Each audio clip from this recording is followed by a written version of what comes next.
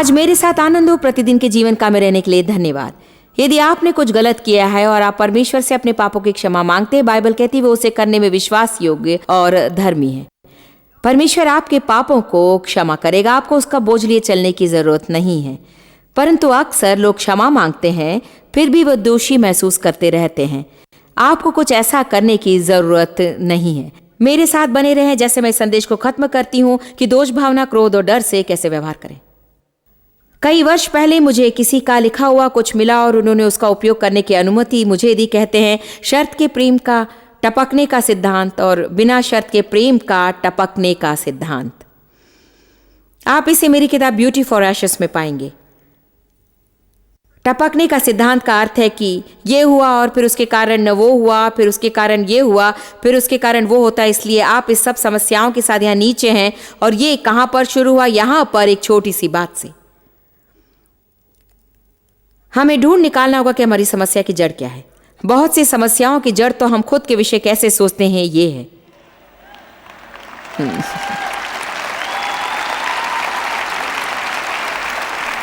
मेरी प्रार्थना का जीवन बहुत अच्छा नहीं है। देखिए, आप सिंहासन तक हियाव के साथ नहीं जा सकते, ऐसा महसूस करते हैं क्योंकि यीशु के साथ कैसा ही है देखने की बजाय आप में क्या गलती है ये देखते हैं।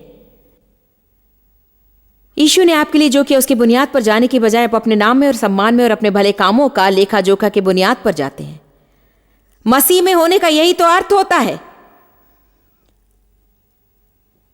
मैं खुद में नहीं हूं, धन्यवाद परमेश्वर, मैं मसीह में हूं। मैंने गलती की, मैंने पाप किया, मैंने गलत काम किया, परंतु मुझे क्षमा किया गया है। हालेलुया। मैं दोष भावना और दंडाज्ञा से आजाद हो गई हूं। आपसे एक प्रश्न पूछती हूं, यदि पाप चला गया है तो आप उस बात के विषय में कैसे दोष भावना महसूस कर सकते जो वहां है ही नहीं?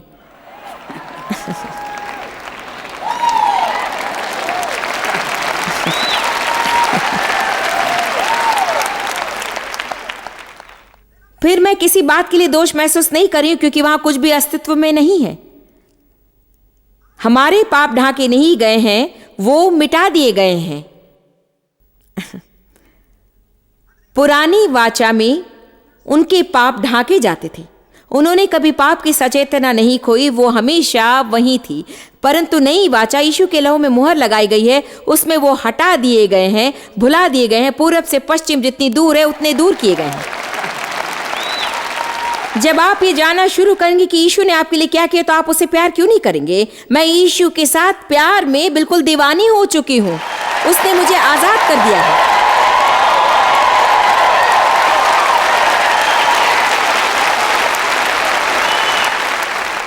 यदि लोग सिर्फ सच में ये जान जाएं कि वो कैसा है। आइए मैं इसे आपके लिए पढ़ूं। इसके लिए 1 मिनट लगेगा परंतु आप कुछ प्राप्त करेंगे। यदि आपकी सोच ऐसी, हाँ यीशु मुझसे प्यार करता है परंतु वो मुझसे शर्त के साथ प्रेम करता है, इसलिए यदि मैं विश्वास करूंगी कि उसका प्यार मेरे काम पर आधारित है तो फिर उसे खुश करने के द्वारा मुझे उसका प्यार पाना है। तो जब मैं उसे प्रसन्न करूंगी तो मैं प्यार किया जाना महसूस करूंगी, और जब मैं उसे प्रसन्न ना करूं तो मुझे इनकार किया गया महसूस होता है। जानते, जब परमेश्वर आपसे प्यार करता है तब भी आपसे प्यार नहीं किया गया ऐसा आपको लग सकता है। मैंने कई वर्षों तक महसूस किया कि मुझसे कोई प्यार नहीं करता, और कई बातों में वो तो पूरा सच नहीं था। जबकि मुझे क्षमा किया गया था फिर भी मैं कई वर्षों तक दोष भावना महसूस किया करती। हम हमारी भावना की बहुत सुनते हैं। मैंने कई वर्षों तक हर रात यही प्रार्थना की, ओ परमेश्वर मुझे क्षमा कर, मेरे सब पापों के लिए मैं क्षमा मांगती हूँ। मुझे क्षमा कर क्योंकि मैंने मेरे जीवन में गड़बड़ी की। प्रभु, अच्छी पत्नी और एक माता और एक मसीह होने में मेरी मदद कर, बस मेरी मदद कर। प्रभु, मैं क्षमा चाहती हूँ, मैं क्षमा चाहती हूँ। परमेश्वर मुझे क्षमा कर। मैं मेरे जीवन की भूतकाल की पुरानी बातों के विषय बातें करती रहती और मुझे नहीं मालूम कि परमेश्वर ने मुझसे कहने में देरी क्यों लगाई। शायद मैं बहुत व्यस्त थी। परंतु कई वर्ष बिताने के बाद एक रात मैंने प्रभु को मुझसे बहुत ही मधुर आवाज में कहते सुना कि जॉयस, जब तुमने मुझसे पहली बार पूछा था तभी मैंने तुम्हें क्षमा किया।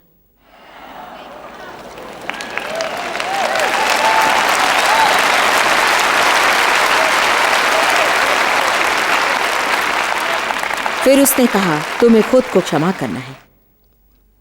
कम ऑन, आज किसी को इसे समझना जरूरी है। आप में से कुछ लोगों को खुद को क्षमा करना है। ठीक है, तुमने गलती की, तुमने गड़बड़ी की, तुमने गलत काम किया। यदि आपने परमेश्वर से क्षमा मांगी तो उसने आपको क्षमा किया है, आपको खुद को क्षमा करना है। क्षमा प्राप्त करने का यही तो अर्थ होता है। जितनों ने उसे ग्रहण किया उसने उन्हें परमेश्वर की संतान होने का अधिकार दिया। परमेश्वर की दया प्राप्त करें। यदि मैं ये सोचूं कि जो मैं करती हूं उस पर उसका प्रेम आधारित है, तो फिर मुझे सच में उसे प्रसन्न करने के लिए कोशिश करनी होगी। और मैं प्रभु को प्रसन्न करने के लिए बहुत परिश्रम करती हूँ, ना कि कुछ पाने के लिए। मैं उसे प्रसन्न करने के लिए परिश्रम करती हूँ, क्योंकि मैं आश्चर्य करती हूँ कि वो मुझसे प्रेम करता है और जो कुछ उसने मेरे लिए पहले किया उसके लिए मैं बहुत खुश हूँ। मैं इसे इसलिए नहीं कर रही हूँ कि मेरे लिए कुछ करे, मैं इसे इसलिए कर रही हूँ क्योंकि उसने मेरे लिए पहले से ही सब कुछ कर दिया। क्या आप फर्क देख रहे हैं? ये तो दो अलग अलग पहुंचने के तरीके हैं। जब मैं कुछ अलग करने की कोशिश करती हूँ कि परमेश्वर मेरे लिए कुछ करे, तो मेरा उद्देश्य गलत होता है और ये कभी काम नहीं करेगा, क्योंकि परमेश्वर की अर्थव्यवस्था में काम नहीं करता है। मैं तो बस अपनी उस आराम कुर्सी पर बैठी हूँ, मैं अच्छे काम कर रही हूँ, अच्छे काम कर रही हूँ, अच्छे काम कर रही हूँ, अच्छे काम कर रही हूँ, परमेश्वर को प्रसन्न करने की कोशिश कर रही हूँ, कोशिश कर रही हूँ, परंतु मेरा उद्देश्य पूरा गलत है। प्रभु नहीं जानता कि मैं कितनी आशा करती हूँ कि हर एक व्यक्ति जो खुद को मसीह कहता है वो ये समझ जाए कि यहाँ मैं आज क्या प्रचार कर रही हूँ।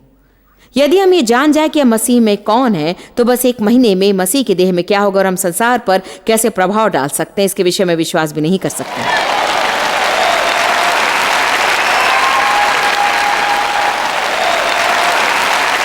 मैं जानती हूं कि मैं खुद में कुछ नहीं, परंतु आपको ये जानना है कि आप मसीह में कौन है।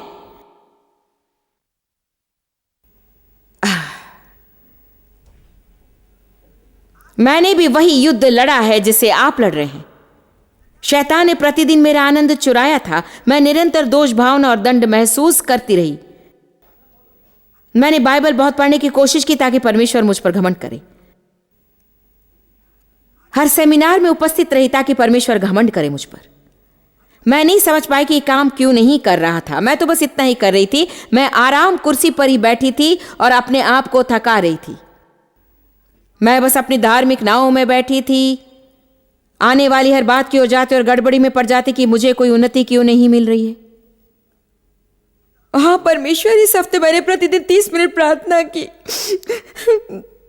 मैं प्रतिदिन 6 अध्याय पढ़ती रही हूँ।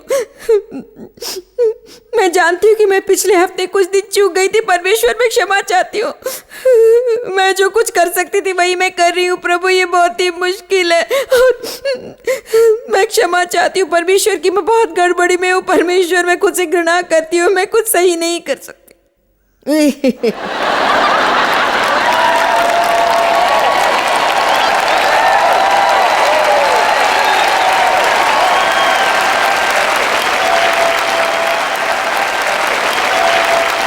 इब्रानियों 5:12 में समय के विचार से तो तुम्हें गुरु हो जाना चाहिए था, तो भी क्या यह आवश्यक कि कोई तुम्हें परमेश्वर के वचनों की आदि शिक्षा फिर से सिखाए? और ऐसे हो गए हो कि तुम्हें अन्न के बदले अब तक दूध ही चाहिए, क्योंकि दूध पीने वाले बच्चे को तो धर्म के वचन की पहचान नहीं होती है, क्योंकि वो बालक है।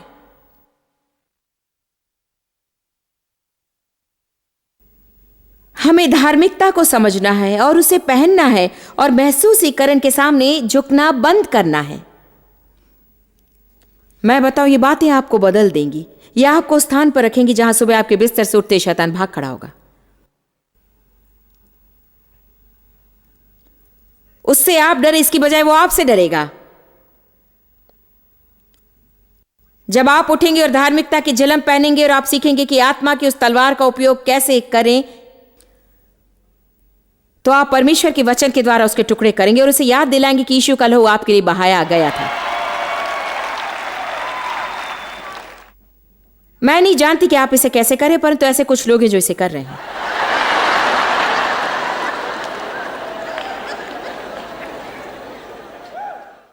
सामान्य रूप में ऐसा नहीं सुनते हैं, परंतु मैं जो कुछ कह रही हूं वो हर एक बात परमेश्वर के वचन से है, ये मैं साबित कर सकती हूं। आमीन। मैं आपको बताऊं, मेरे सामने यहां पहली कतार में सबसे उत्तम थियोलॉजियंस बैठे हुए हैं। उन्होंने मेरे हाथ के जितनी लंबी डिग्री प्राप्त की है, ये वो PhD, BA, MA और ये सारी बातें, डॉक्टर कैंडल, क्या मैं सच कह रही हूं? हाँ, कह रही हूं। उन्होंने कहा मैं कह रही हूं।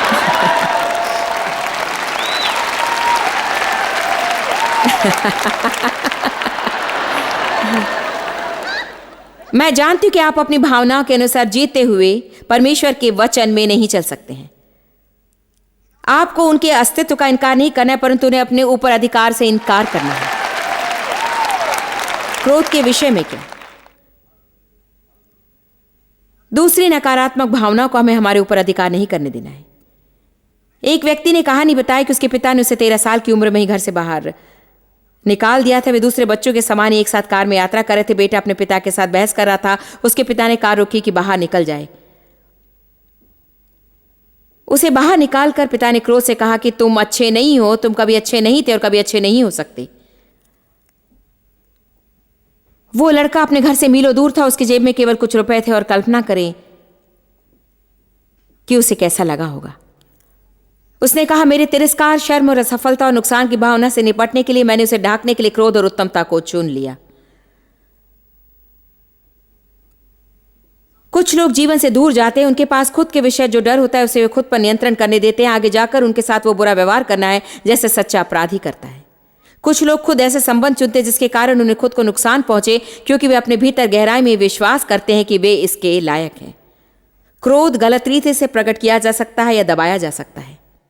हम विस्फोटक हो सकते हैं या फिर अंदर दब सकते हैं। यदि विस्फोटक हो जाए तो सब पर कठोर होगा। यदि आप वजन में दब जाए तो आपके लिए मुश्किल होगा। मत्ती 5:22 सरलता से कहता है, जो कोई क्रोध करता है वो दंड पाए बिना नहीं रहता है।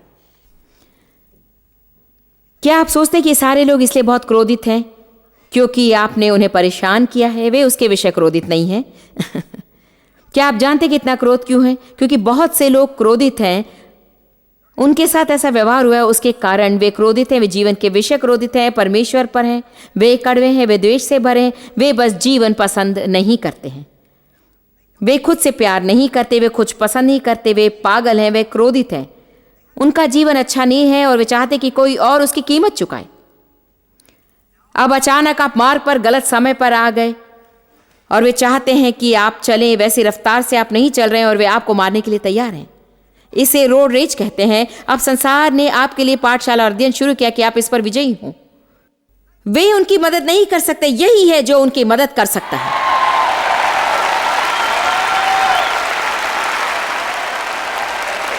बचपन में मुझे जो चाहिए था वो मुझे नहीं मिला, परंतु परमेश्वर ने मुझसे कहा कि मैं तेरा पिता हूंगा। पिता क्या होता है? पालन पोषण करने वाला, सुरक्षा करने वाला, उठाने वाला और परिवार का प्रबंधक। पिता के चित्र के बिना यदि हम पीछे मुड़कर देखें तो एक बुनियाद नहीं पा सकते। हमने सही आरंभ नहीं किया, हमारी जड़ें बीमार हैं। मेरे पिता ने मेरा यौन शोषण किया। मेरे पति के पिता शराबी थे और सदा बेसमेंट में शराब पीते हुए समय गुजारते। उनका अपने बच्चों के साथ संबंध अनुशासन का था। मेरा सबसे बड़ा बेटा मेरे पहले विवाह से है और फिर उस आदमी ने उसे घर से निकाला और पूरे जीवन भर उस पर कोई ध्यान नहीं दिया, उसे किसी भी रीति से मदद करने की कोशिश नहीं की। डेव ने उसे 1 वर्ष की उम्र में ही गोद ले लिया और वो हमेशा उसके पिता ही रहे।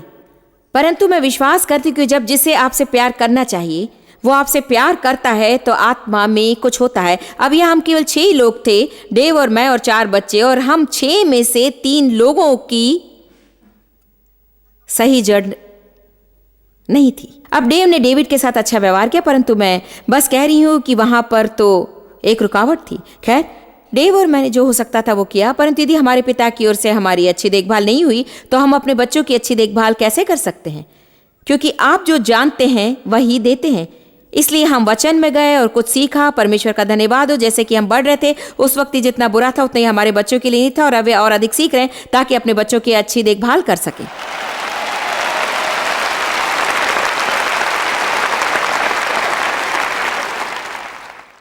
आजकल कई हजार बच्चों की परवरिश पिता के बिना ही की जा रही है। कई बार माता ही उनके घर में पिता का किरदार निभाती हैं। उनमें से हर कोई पहले से भी बुरा होता है। आप पूछेंगे कि उत्तर क्या है? मेरे पास उत्तर नहीं है, क्योंकि मेरे माता ने मुझे बढ़ाया। जानते हैं जो आपको लोगों से नहीं मिला वो आपको परमेश्वर से मिल सकता है। प्रभु का धन्यवाद। इसीलिए वचन में उसे पिता कहा गया है। जब मैं इसका अध्ययन कर रही थी तब मुझे कुछ मिला जिसे मैंने पहले कभी नहीं देखा था। हमारे पिता तू जो स्वर्ग में है। यीशु ने कहा मैं और मेरा पिता एक है। पिता मेरी मदद कर। पिता मैं जो तुझे करते देखता हूं मैं वही करता हूं। उसने हमेशा उसे पिता कहा। यीशु ने कभी उसे परमेश्वर नहीं कहा, उसने उसे पिता कहा।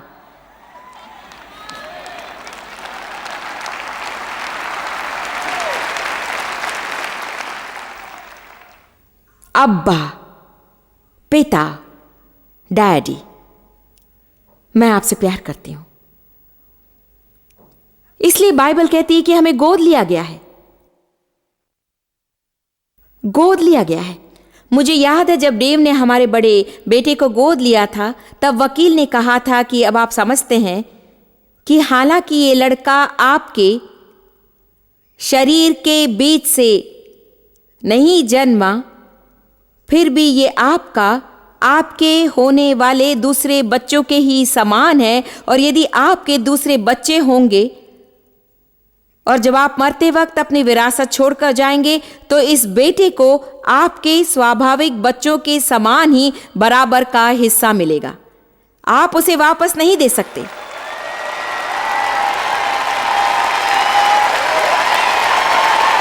हालेलुया। पिता परमेश्वर हमें वापस नहीं कर सकता है। जब वो हमें गोद लेता है तो हम उसके हैं।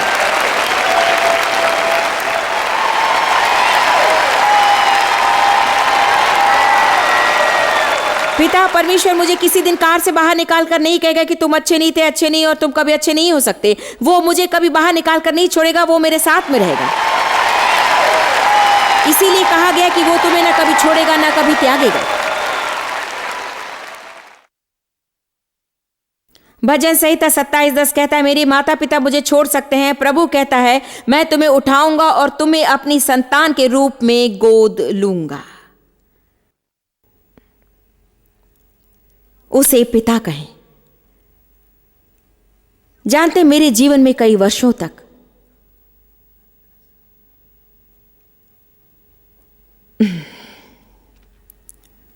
मैं सब बातों के लिए क्रोधित रहती। मेरा यौन शोषण हुआ और मेरे साथ सही व्यवहार नहीं हुआ और ये ठीक नहीं हुआ और ये सब सही नहीं था। मेरे कोई पिता नहीं थे, ये सही नहीं है। मैं क्रोधित थी। संसार मेरा कर्जदार है, मैं किसी से भी उसे वसूल करूंगी। कोई मुझे दाम चुकाएगा।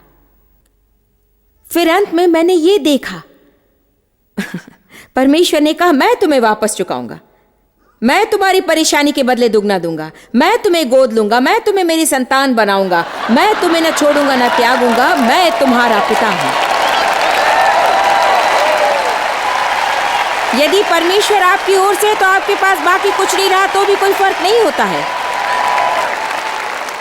आप में से कुछ लोगों को आपके बचपन में जो नहीं मिला उसके बारे में विलाप करना बंद करना है। आपको उस पर अधिकार लेना है और परमेश्वर ने आपके लिए जो भविष्य रखा है उसमें आगे बढ़ना है। हाँ काश मेरे पास होता। नहीं कि आप जानते हैं मैंने कभी आशा नहीं की थी कि मेरी सही परवरिश होगी, कभी नहीं की। मैंने इसे पहली बार कभी नहीं कहा। मैंने कभी आशा नहीं की थी कि मेरी सही परवरिश होगी। मैं कभी यहां खड़ी रहकर आपको जो आज बता रही हूं वो नहीं बता सकती थी।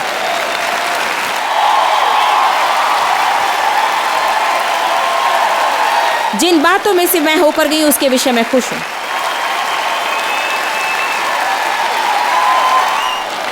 मुझे ये सब लोगों के सामने कहने के लिए कभी समझ नहीं प्राप्त होती, परंतु जिन बातों में से होकर गई उसके लिए मैं खुश हूं, क्योंकि देने के लिए अब मेरे पास कुछ है।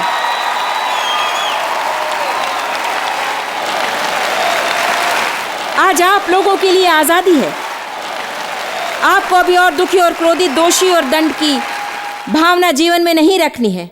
आप कह सकते मैं परवाह नहीं करती, मेरे साथ क्या हुआ उसकी मैं परवाह नहीं करती, मुझे क्या नहीं मिला इसकी परवाह नहीं। मैं परवाह नहीं करती कि मेरी परवरिश कैसे हुई, क्योंकि मुझे पिता मिल गया है। मुझे मेरी हर जरूरत मिल गई है और मैं मेरे दर्द को लूंगी और उसे किसी और का लाभ होने दूंगी।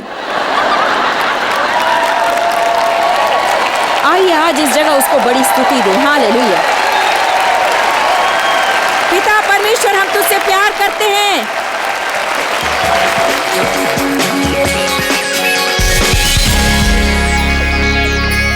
मैं चाहती हूँ कि हमारे मित्र और सहभागी ये जान लें कि जैसे आप हमारे साथ सहभागी हैं, आप संसार के दूसरे कोने के लोगों की मदद कर रहे हैं। और ये हमेशा कहती हूँ, परंतु मैं विश्वास करती हूँ, आपके कारण जो दूसरों के जीवन के लिए हुआ, परमेश्वर आपके लिए करेगा। बस कल्पना करें, यदि आप अपने पहचान के 6 या 7 विश्वासियों के साथ में हैं, आप हफ्ते में एक बार एक साथ आते हैं और आपको शिक्षा चाहिए, आपके लिए केवल एक ही कार्यक्रम आता है, तो कल्पना करें कि वो आपको कितना उत्साहित करेगा और आप हमारी सहायता करेंगे कि संसार के दूर दराज के क्षेत्र तक पहुंच सके। हमारी मदद के लिए धन्यवाद।